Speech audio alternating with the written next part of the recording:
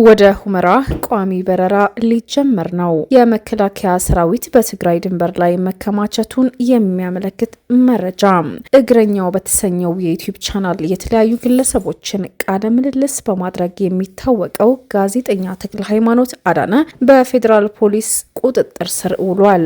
ሰሞኑን የተሰማው አስደንጋጭና አሳዛኝ መረጃ ኢትዮጵያን ወክላ ሚስ ወርልድ የቁንጅና ውድድር ላይ የምትሳተፈው ሩት ይርጋለም ታላቅ እህት የሆነችው ቅዱሳን ይርጋለም ታግታ መገደሏን ተከትሎ የያዝነው መረጃ እናስቃኛችኋለን። እንደምን ቆይታችኋል? የጎልጎል ሚዲያ ተከታታዮች ዋና ዋና ነጥቦችን በማንሳት መረጃዎችን ወደ እናንተ ለማድረስ ብቅ ብለናል። ቻናላችን ላይክ፣ ሼር፣ ሰብስክራይብ በማድረግ ይከታተሉን። ወደ ዝርዝሩ እንለፍ። የኢትዮጵያ አየር መንገድ ከነገ ጀምሮ ከጎንደር ወደ ሁመራ ቋሚ የበረራ አገልግሎት ሊጀምር መሆኑን ታውቋል። የኢትዮጵያ አየር መንገድ ከሐምሌ 25 ቀን 2018 ዓ.ም ከጎንደር ወደ ሁመራ የበረራ አገልግሎት እንደሚሰጥ አስታውቋል። የበረራ አገልግሎቱ ዘወትር ቅዳሜ ከጎንደር ወደ ሁመራ የሚደረግ ሲሆን ዘወትር ሰኞ ደግሞ ከሁመራ ወደ ጎንደር አገልግሎት እንደሚሰጥ ነው ያስታወቀው። አየር መንገዱ የሀገር ውስጥ በረራ መዳረሻዎች በማስፋት ህዝቦችን ለማገልገል እንደሚሰራ ገለጸ ሲሆን ከጎንደር ወደ ሁመራ የጀመረው አገልግሎት ማህበራዊ ግንኙነት ከፍ እንደሚያደርግም ጠቅሷል። 8ኛው እዝ የመከላከያ ሰራዊት ትግራይ ድንበር መከማቸቱ ታውቋል። ይህንን የተናገሩት የህወሓት ጽሕፈት ቤት ኃላፊ ወይዘሮ ፈትለወርቅ ገብረ እግዚአብሔር ሞንጆሪኖ በዛሬው ዕለት በደቡብ ምስራቅ ዞን ተገኝተው ህዝባዊ ስብሰባው መርተዋል። ኃላፊዋ በስብሰባው ስለ ፕሪቶሪያው ስምምነትና ስለ አሁናዊ ፖለቲካዊ ውጥረት ማብራሪያ ሲሰጡ ለሺህ ዓመታት ወርቃማ ታሪክ እየሰራን ህልውናችን አስጠብቀናል፣ በፍጹም እዚህ ደርሰን አንሰበርም ሲሉም ተደምጠዋል። ብልጽግና የትግራይ ህዝብ ለማጥፋት እየሰራ ነው የሚል መሬት ያልረገጠ ክስ ያቀረቡት ሞንጆሪኖ ህልውናችን የሚያረጋግጠው በብልጽግና መቃብር ላይ ነው ሲሉ የሰሙንኛ ነጠላ ዜማም ደግመውታል። የፕሪቶሪያው ስምምነት ስንፈርም የጦርነቱን አጥፊነትና የሰላም ትርጉም ተረድተን እንጂ ስምምነቱን ጉድለት የሌለው ሆኖ አይደለም ሲሉ የሚቀጥሉት አመራሯ በሰላማዊ መንገድ የትግራይን መልሶ ማገገምና ግንባታ ለማስጀመር ፍትህና ተጠያቂ እንዲረጋገጥ የተሰደደው የተፈናቀለው ህዝብ ወደ ቀየው እንዲመለስ ነጻ ያልወጣው ህዝብ ነጻ እንዲወጣ ተስፋ ተደርጎ እንደተገባበትም ይገልጻሉ። ቀጥለው የፌዴራል መንግስት ከ8 በላይ ሰራዊት እዞች ከ4 በላይ ሜካናይዝድ ክፍለ ሰራዊት ተጨማሪ አቅሞች ወደ ትግራይ ድንበሮች አስጠግቶ እንደሚገኝ በመጥቀስ እኛ ግን እንደ ህዝብ እስከሚያጠፉን አንጠብቅም አንፈቅድም ሲሉ የተደመጡ ናቸው። እግረኛው በተሰኘው የዩቲዩብ ቻናል የተለያዩ ግለሰቦችን ቃለ ምልልስ በማድረግ የሚታወቀው ጋዜጠኛ ተክለ ሃይማኖት አዳነ በፌዴራል ፖሊስ ቁጥጥር ስር ውሏል። የፌዴራል ፖሊስ ጋዜጠኛውን ዛሬ በፌዴራል የመጀመሪያ ፍርድ ቤት አንደኛ የወንጀል ችሎት ያቀረበ ሲሆን ሐሰተኛ መረጃ በማሰራጨት ፍትህን ለማዛባት በመሞከር ወንጀል እንደጠረጠረው ለችሎቱ አስታውቋል። ፍርድ ቤቱ የፖሊስ የክስ መዝገብ ከመረመረ በኋላ የቀረበለት የጊዜ ቀጠሮ ጥያቄ ለመቀበል ሐምሌ 28 2018 ተለዋጭ ቀጠሮም ተሰጥቷል። በመሆኑ ተክለ ሃይማኖት እስከ ቀጠሮ 2 ድረስ በማረሚያ ቤት በስርም የሚቆይ ይሆናል። የጋዜጠኛው በቁጥጥር ስር መዋል መነሻ ምክንያት በውል ባይታወቅም በቅርቡ ከፌንቴክ መኪና ማጭበርበር ጉዳይ ጋር በተያያዘ ክስ ከተመሰረተባቸው አርቲስቶች ጋር ያደረገው ቃለ ምልልስ በሚዲያው በ2 ክፍሎች ማሰራጨቱ ይታወሳል። በተጨማሪም የሀገር መከላከያ ሰራዊት ልብስ ለብሶ የቀረበውን አለማየሁ ደሜ የተባለ ግለሰብ አነጋጋሪ ቃለ ምልልስ ማድረጉም ይታወቃል። የጋዜጠኛው መታሰር ከነዚሁ የቃለ ምልልስ ስርጭት ጋር ይያያዛል አያያዝም የሚል ማረጋገጥ አልተቻለም።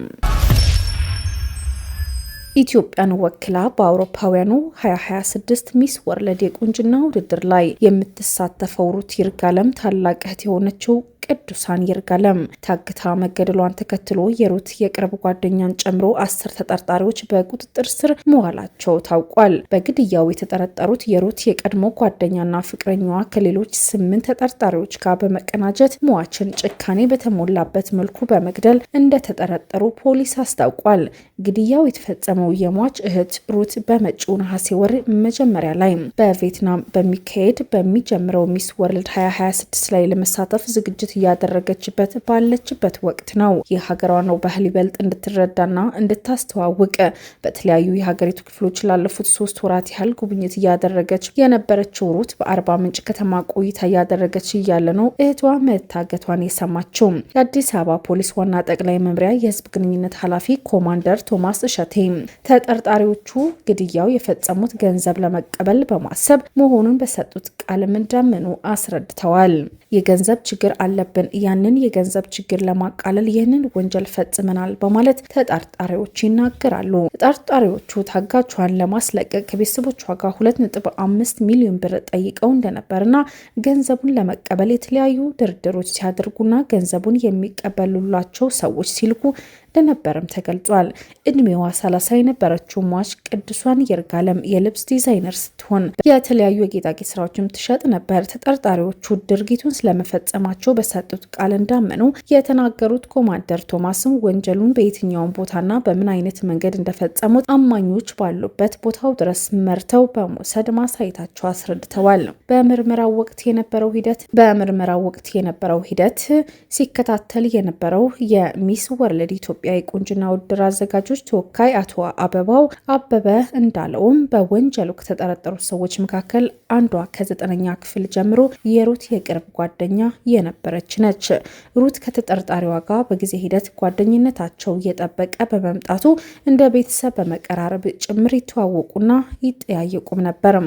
ነገር ግን ከባለፈው 1 ዓመት ወዲህ በመካከላቸው በተፈጠረው የተለያዩ አለመግባባት ምክንያት ግንኙነታቸው አቋርጦ ተራርቀው እንደነበር ተናግረዋል። አቶ አበባው እንደሚያብራሩት አርብ ሐምሌ 10 2018 ዓ.ም የሩት የቀድሞ ጓደኛ ማንነቷን ደብቃና በሌላ ሰው ስም በመጠቀም ለቅዱሳን ደውላለች። ደዋይዋም 2 ወር ያለፈውን የሩት ልደት ሰርፕራይዝ ለማድረግ እንዳሰበችና ሟች የምትሸጣቸው ጌጣጌጦች መግዛት እንደምትፈልግ ገልጻ እንደቀረበቻት ይናገራሉ። ቅዱሳንም ጉዳይን በማመን አርብ ረፋድ አካባቢ ሜክሲኮ በሚገኘው ጭማቂ ቤት የተገኘች ሲሆን በቦታው ስትደርስ ግን የቀጠራት ሰው በሌላ ስም የደወለችው የእህቷ የቀድሞ ጓደኛ መሆኗን መመልከቷን አስረድታለች። አቶ አበባው እንዳለውም ተጠርጣሪዋ ከዚህ ቀደም አስቀይሜያችሁ ስለነበረ እውነትን ብነግርሽ አትመጭልኝም ብዬ በማሰብ ነው በሌላ ሰው ስም የደወልኩልሽ ብላታለች።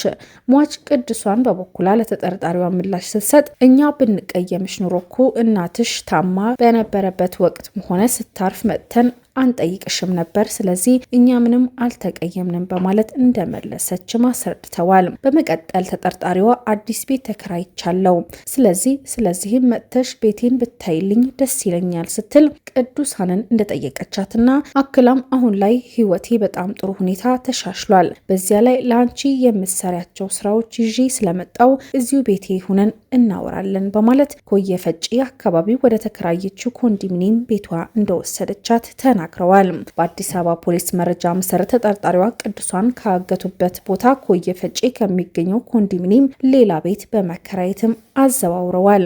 ቅዱሳን ከታገተችበት 40 ሐምሌ 10 2018 ዓመተ ምህረት ጀምሮ እንደሞተች እስከታመነበት እሁድ ሐምሌ 12 2018 ዓመተ ምህረት ድረስ ምግብ እንዳልሰጧትም ተናግሯል። ተጠርጣሪዎቹ ቅዱሳን ላይ ግድያ ከፈጸሙት በኋላ ለቤተሰቦቿ ደውሎ ገንዘብ መጠየቃቸው የምርመራ ሂደቱን ማሳየቱን ፖሊስ አስታውቋል። ጉዳዩን በቅርበት እየተከታተሉ የሚገኙት አቶ አበባው እንዳሉትም ግድያው እሁድ ዕለት የተፈጸመ ሲሆን አጋቾቹ ግን ሰኞ ዕለት እሷን በህይወት ለማስለቀቅ በሚል ከቤተሰቦቿ ገንዘብ መጠየቃቸው ቀጥለው ነበር። የሩት የቀድሞ ጓደኛና ፍቅረኛዋ ቅዱሳንን በግፍ ለመግደል የወሰኑት ዋና ምክንያት ካየችሽ ስለምታውቅሽ ልታስይዘን ትችላለች ብለው በመስጋትም እንደሆነ ያስረዳሉ። የግድያ ሁኔታ አስመልክቶ የአዲስ አበባ ፖሊስ የህዝብ ግንኙነት ኃላፊ ኮማንደር ቶማስ ሲያስረዱ አሁን ላይ ለሚዲያና ለህዝብ ለመናገር የማይመቹ አንዳንድ ከባድ ነገሮች አሉ በማለት ዝርዝር ከመግለጽ ተቆጥበዋል። በሟች ላይ የተፈጸመው ድርጊት እጅግ ኢሰብአዊ የሆነና ጭካኔ የተሞላበት ነው ሲሉ ወንጀሉ ምን ያህል ዘግናኝ እንደነበር ሲገልጹ ይህንን አሰቃቂ ድርጊት በቀጥታ ፈጽመው ተብሎ ከተጠረጠሩት የሩት የቀድሞ የቅርብ ጓደኛና ፍቅረኛዋ በተጨማሪ ከጉዳይ ጋር በቀጥታ ሆነ በተዘዋዋሪ መንገድ ግንኙነት አላቸው ተብሎ የተጠረጠሩ 8 ሰዎችም በቁጥጥር ስር ውለው ምርመራ እየተደረገላቸው የሚገኝ ነው። ሚስ ወርልድ 2026 ውድድር ላይ ሀገሯን የምትወክለው የሟች እህት ሩት ይርጋለም በእህቷ ሞት ምክንያት በከባድ ሐዘን ውስጥ እንደምትገኝ የሚስ ወርልድ ኢትዮጵያ አዘጋጆች ተወካይ ይናገራሉ።